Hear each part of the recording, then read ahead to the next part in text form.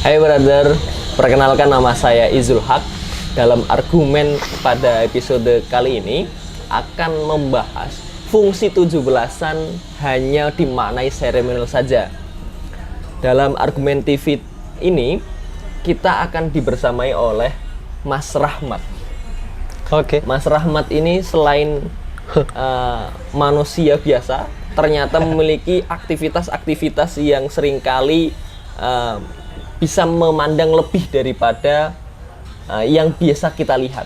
Karena dia penulis, mau tidak mau dia mempunyai cara pandang yang berbeda dan menarik. Di sisi lain juga aktivis pergerakan. Nah, pada tema kali itu kita bisa membahas lebih dalam. Jadi fenomena hari ini tanggal 17 Agustus kita bisa melihat di lorong-lorong ganggang, di pagi hari atau sebelum hari malam harinya itu banyak aktivitas-aktivitas warga, aktivitas masyarakat Indonesia yang merayakan proklamasi kemerdekaan. Nah, saya ingin mempertanyakan kepada Mas Rahmat terlebih dahulu. Ya. Mas Rahmat, apa kabar? Alhamdulillah. Oke. Sehat Jadi, seperti biasanya. Yang saya sampaikan, yang kemudian muncul pertanyaan bahwa menurut Mas Rahmat pada fenomena tersebut, apakah memang kegiatan-kegiatan 17-an Agustus itu hanya sebatas seremonial saja atau bagaimana tanggapan Mas Rahmat terhadap fenomena itu? Iya. Oke, terima kasih sebelumnya. Kita berbincang-bincang di Argumen TV ya. Iya. Bersama Mas Izul membahas fenomena 17-an. Jadi memang setiap tanggal 17 Agustus ya, kita selalu memperingati Hari Kemerdekaan Indonesia. Betul. Kebetulan di tahun ini sudah ke 78 tahun. Memang tepatnya di Solo ya, Surakarta, kemudian Sukoharjo. Saya kebetulan tinggal di Kartasura. Betul. Jadi memang setiap gang-gang yang ada di Surakarta dan Sukoharjo itu, lebih tepatnya di Kartasura, memang dipenuhi dengan hiruk pikuk atau apa namanya ya? Kemeriahan 17-an. Begitu banyak umbul-umbul. Ya dah? Iya, betul. Apalagi ini kebetulan ini kita di sekitar UMS ini. Oh, ini lihat di depan ini. Ini bentuk daripada refleksi ya, kecintaan terhadap atau kebanggaan terhadap hari kemerdekaan. Melepaskan diri daripada penjajahan. Wah. Tapi sebenarnya bagi saya ya, menjawab pertanyaanmu tadi, memang fungsi daripada memperingati hari raya apa hari kemerdekaan ya, itu memang tidak boleh hanya sampai pada taraf seremonial saja. Artinya pikir saya bahwa di pemerintahan kan tentu ada upacara bendera. Betul. Di Istana Merdeka. Kalau di tingkat provinsi mungkin di kantor gubernur. Kalau di tingkat kabupaten kota mungkin di balai kota atau di kantor kabupaten kan. Nah, itu seremonial. Betul.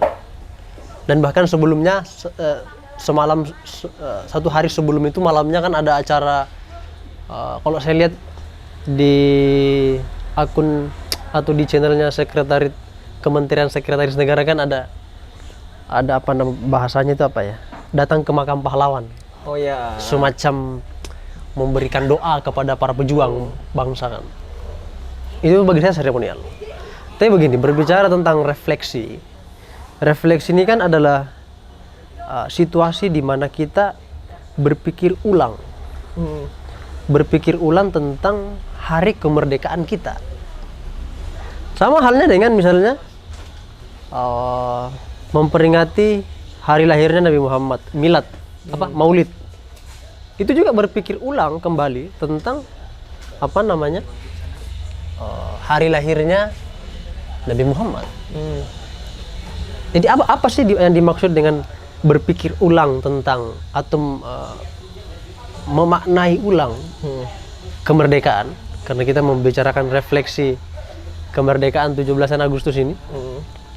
Bagi saya sebenarnya konkretnya adalah agar kita sebagai generasi muda, generasi pelanjut para pendiri bangsa kita, Soekarno, Hatta, Sultan Syahrir, atau jauh lebih daripada sebelumnya ada misalnya Ki Haji Ahmad Dahlan, Hasyim Asy'ari, dan tokoh-tokoh lainnya, adalah kita diajak untuk memiliki karakter yang sama, memiliki semangat perjuangan atau spirit perjuangan yang sama yang telah beliau-beliau itu lakukan di masa itu.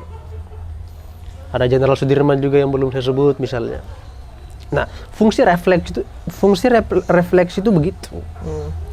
Kemudian yang perlu kusampaikan mengenai refleksi di 17-an ini adalah kita sebagai bangsa, sebagai warga bangsa, sebagai jiwa muda ya, generasi muda, kita ini harus memahami betul bagaimana proses atau dasar negara ini bisa berdiri. Ya, karena saya amati, karena saya sebagai aktivis pergerakan ya. Saya sebagai mahasiswa juga, walaupun sudah lulus, alhamdulillah, melihat situasi mahasiswa ini memang cenderung sedikit abai terhadap sejarah-sejarah perjuangan bangsa ini. Ada semacam apatis terhadap memahami sejarah.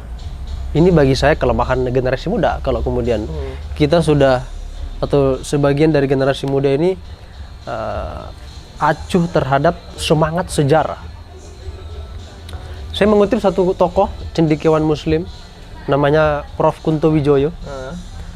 Di dalam salah satu bukunya yang berjudul Islam Sebagai Ilmu, beliau menuliskan ada satu kalimat yang bagus, yaitu kalau kita atau suatu gerakan, suatu bangsa misalnya dalam hal ini Indonesia ingin maju, salah satu yang perlu kita lakukan adalah melahirkan kesadaran sejarah. Betul. Nah, momentum kali ini karena 17 Agustus, ya toh? Maka inilah momentum yang tepat untuk menghadirkan kesadaran sejarah.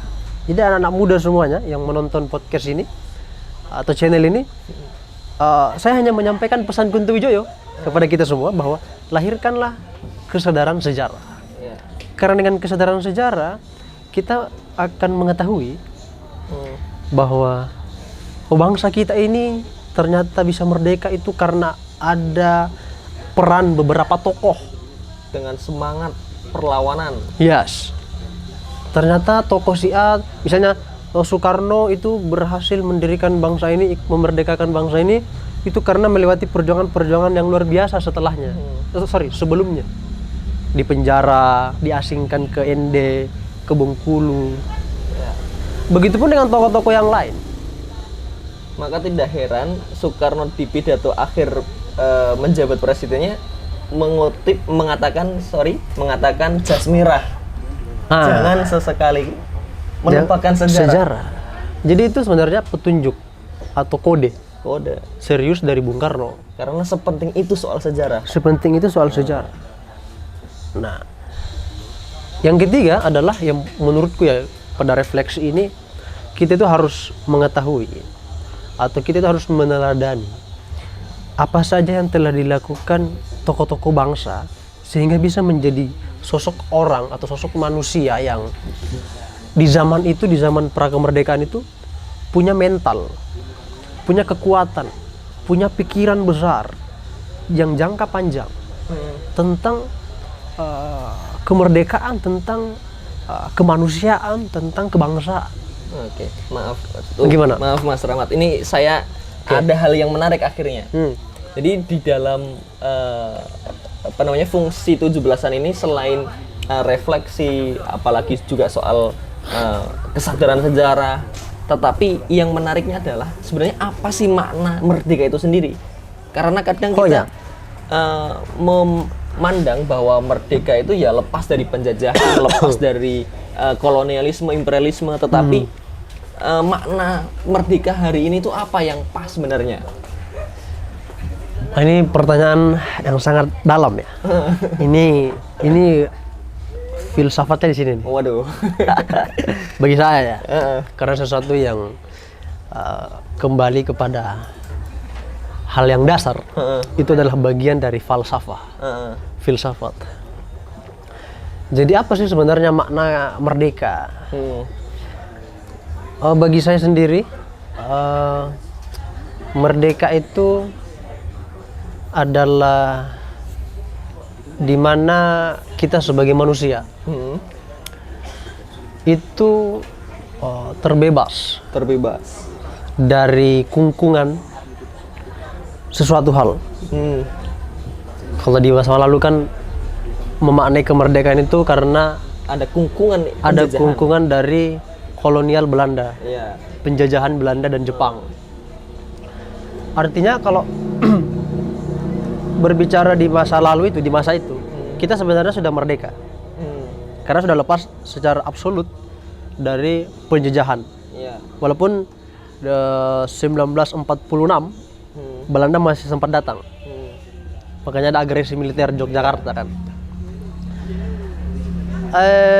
Tapi bagi saya makna sedalam ini bahwa merdeka itu adalah tadi sesuatu yang kita keluar dari kungkungan menuju kepada satu hal yang membuat kita bebas berekspresi, bebas bergerak. Karena itulah sejatinya manusia, itulah sejatinya kehidupan. Kita bebas bergerak, berekspresi. Kalau kita maknai lebih jauh lagi, nanti akan ketemu dengan adab, nanti akan ketemu dengan, kalau dalam konsep Islam ya, nanti kita akan ketemu dengan akhlak. Jadi ada di mana rambu-rambu kehidupan atau rambu-rambu agama bagi yang Islam. Mungkin juga di agama-agama lain sama. Tapi artinya kita tidak maknai merdeka itu adalah sesuatu yang bebas secara, maksudnya sebebas-bebasnya kehidupan. Mau nggak pakai baju, mau nggak pakai celana, mau telanjang di jalan pun boleh. Itu keliru dalam pemaknaan. Kalau kita maksudkan dalam suasana dalam lingkungan agama itu salah. Tapi itu tidak salah jika itu kemudian berada pada satu situasi atau pada satu community atau satu kawasan atau ruang lingkup yang memang di sana tidak ada aturan, tidak ada rambu-rambu itu kehidupan. Boleh saja. Orang kemudian tidak berbusana atau kemudian melakukan ekspresi yang kemudian di situ tidak ada aturan. Berbeda dengan di agama, selalu ada aturan. Tapi memang aturan itu demi kebaikan manusia tersebut. Betul. Nah, begitu bagi saya memaknai kemerdekaan. Saya lanjut dulu. Artinya begini, kemerdekaan yang hakikatnya ya, bukan lagi kita berbicara merdeka dari kungkungan penjajah. Iya. Tetapi kita sebagai manusia merdeka.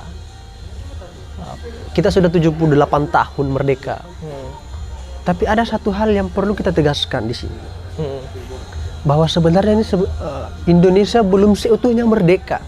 Kalau kita berbicara secara substansi dan esensinya, hakikatnya. Yaitu misalnya kita belum merdeka secara kesejahteraan sosial. Kemandirian bahasanya. Kita belum merdeka secara kemandirian, betul. Ya enggak? Kita belum merdeka dalam segi pendidikan. Bagaimana belum setaranya pendidikan antara di Pulau Jawa, Pulau Sulawesi, kemudian pulau di Papua. Iya tak? Iya, betul. Akses jalan dan masih banyak lagi. Nah, itu yang kemudian kemerdekaan dari segi ini yang perlu kita pikirkan bersama oleh kita semua sebagai generasi bangsa. Begitu. Mas Izul, yang ini PR kita semua. Betul. Bukan hanya PR pemerintah, bukan hanya PR DPR, tapi PR semua warga bangsa. Bagaimana kemudian kita lepas bersama-sama dari jeratan kungkungan-kungkungan yang lain. seperti yang saya sebutkan tadi. Oke. Ini yang terakhir pertanyaan yang saya kira bisa kita awali oleh siapapun, khususnya bagi anak muda. Kita kan sebagai anak muda, ini adalah salah satu kelompok di Indonesia yang memiliki sebagai mayoritas, karena memang kebanyakan kita hari ini terjadi bonus demografi yang mau tidak mau menjadi elan vital perubahan di Indonesia, entah mau semakin baik ataupun semakin buruk. Kira-kira dalam kemerdekaan dan juga merawat kemerdekaan, menjaga kemerdekaan dan mengisi kemerdekaan bagi kita sebagai seorang mahasiswa ataupun pemuda khususnya, itu kira-kira bagaimana untuk ya jelas dalam kemerdekaan, mengisi kemerdekaan, merawat kemerdekaan. Ya, kalau saya jelas yang pertama adalah untuk merawat nalar kemerdekaan. Tentu yang perlu kita isi atau yang perlu kita lakukan adalah dengan ilmu pengetahuan. Bagi saya kunci nomor satu adalah sebagai generasi bangsa Indonesia, yang paling pertama kita harus seriusi adalah ilmu pengetahuan. Kita sebagai manusia bangsa Indonesia harus semuanya berpendidikan tinggi. Jadi pendidikan itu harus bukan pendidikan, ilmu pengetahuan itu harus betul-betul tinggi di kepala kita. Jadi filsafat itu dibaca, karena dengan filsafat manusia bisa berpikir radikal, bisa berpikir dalam, dan bisa berpikir jangka panjang. Jadi dengan ilmu pengetahuan kemudian kita akan diantarkan menuju teknologi, ya toh? Kecakapan teknologi. Kita harus banyak-banyak belajar dengan Korea Selatan. Di tahun 98 Korea Selatan itu sama dengan Indonesia, secara ekonomi kita tuh krisis moneter di 98. Tapi mengapa di tahun 2023 sekarang ini Korea Selatan begitu pesat majunya? Betul? Industri perfilmannya itu begitu maju. Saya nonton betul drakor itu begitu maju sekali. Masyarakatnya, peradabannya itu maju. Tapi mengapa di Indonesia masih tertinggal dari Korea Selatan? Padahal pernah mengalami satu posisi yang sama. Ada apa dengan bangsa ini? Bagi saya adalah ilmu pengetahuan menjadi kunci utama. Kunci utama untuk kemudian kita mau naik kelas, mau merdeka seutuhnya. Bagi saya itu pemanaan merdeka di 78 tahun Indonesia ini. Untuk mencapai generasi emas 2045. Karena hanya dengan ilmu pengetahuan lah manusia bisa naik tingkat. Betul. Iya toh? Hanya dengan ilmu pengetahuan lah kemudian kita akan maju. Kan peradaban Eropa kan berangkat dari ilmu pengetahuan. Nah, saya rasa Indonesia harus serentak semua berpikir panjang, berpikir besar tentang ilmu pengetahuan. Seperti itu, saya rasa, Mas Isul. Oke, terima kasih Mas Rahmat, karena sama-sama. waktu kita terbatas, bahwa dengan merawat kemerdekaan itu adalah ilmu pengetahuan itu sendiri ya. Untuk kemudian bisa melaju ketertinggalan dan juga membuat memang benar-benar bonus demografi ini bisa dimanfaatkan betul untuk peradaban Indonesia itu sendiri. Brother Argumen TV, mungkin kali ini kita cukupkan, tetapi pantau terus Argumen TV karena ke depan kita akan selalu menghadirkan pembicaraan-pembicaraan yang menarik dan yang serius, yang kemudian pasti bermanfaat. Santai juga nggak? Santai juga pastinya. Siap. Harus santai, anak muda harus santai, tak? Betul. Tapi juga harus serius. Santai tapi serius. Siap. Mungkin itu saja. Bye-bye.